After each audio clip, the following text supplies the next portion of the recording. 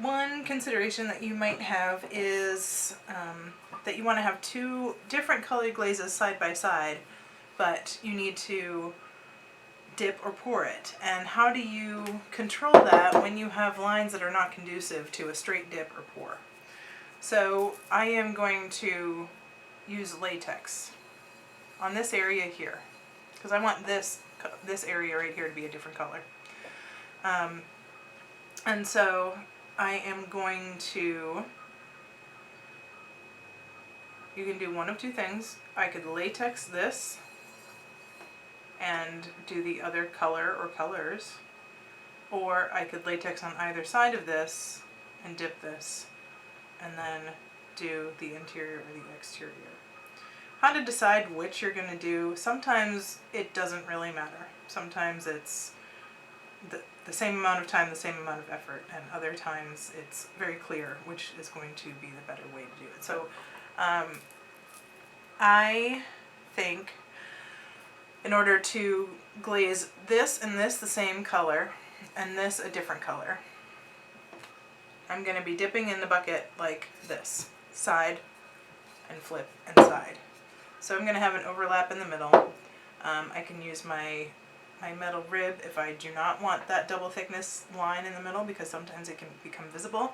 I could make sure that that crossover lines up with this design scheme right here so that that overlap appears more intentional.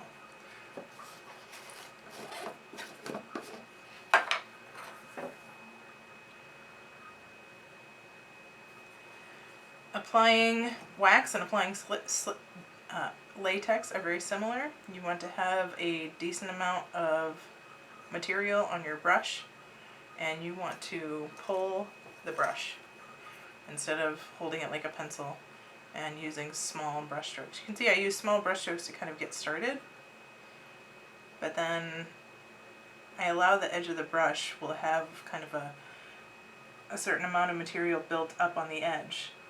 And again, because of the nature of these bristles, they really hug the contour of the three-dimensional vessel.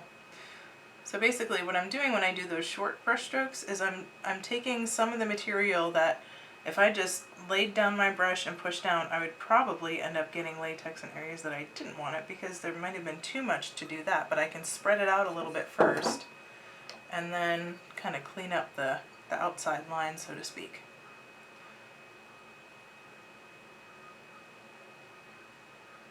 Latex is a removable wax. You do not and should not use it to wax or to mask glaze from your foot ring or anything that is going to sit on the kiln shelf. That is for wax only. You can also mask with wax if you plan to use two different glazes and have a design that overlaps the two glazes. Knowing that anytime you put one glaze over the other, until you know how those two glazes perform, you should be thinking about how much it might run off the piece.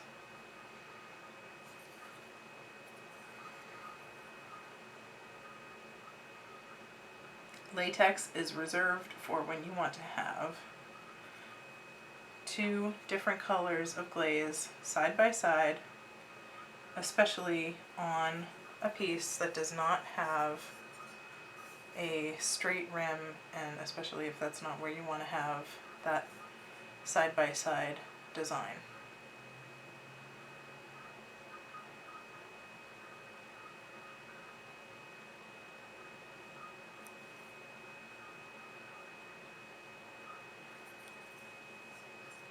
When the latex is wet, it is still white and shiny. When it is dry, it is kind of tacky, and like it feels kind of tacky, and it has a bit of a sheen to it, but it's not a high gloss shine.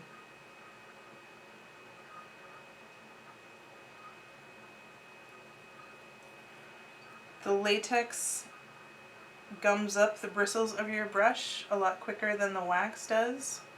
So while I may be able to wax 2 or 3 pieces before I need to use the shout on my brush, I use Shout on my brush after using latex on one piece.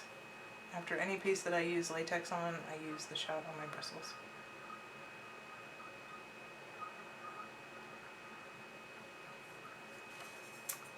So now I will wait for that to dry, and I will go ahead and do the dip, and then I will pull this latex off. I will put wax on the outside here. I will put wax probably on the entire interior space, and then I will flip it over and dip it. Now this bowl is one of those contours where I'm not able to really grip the foot very well. So I might need to be a little bit strategic as to how I hold the bowl as I go ahead and invert it to dip it.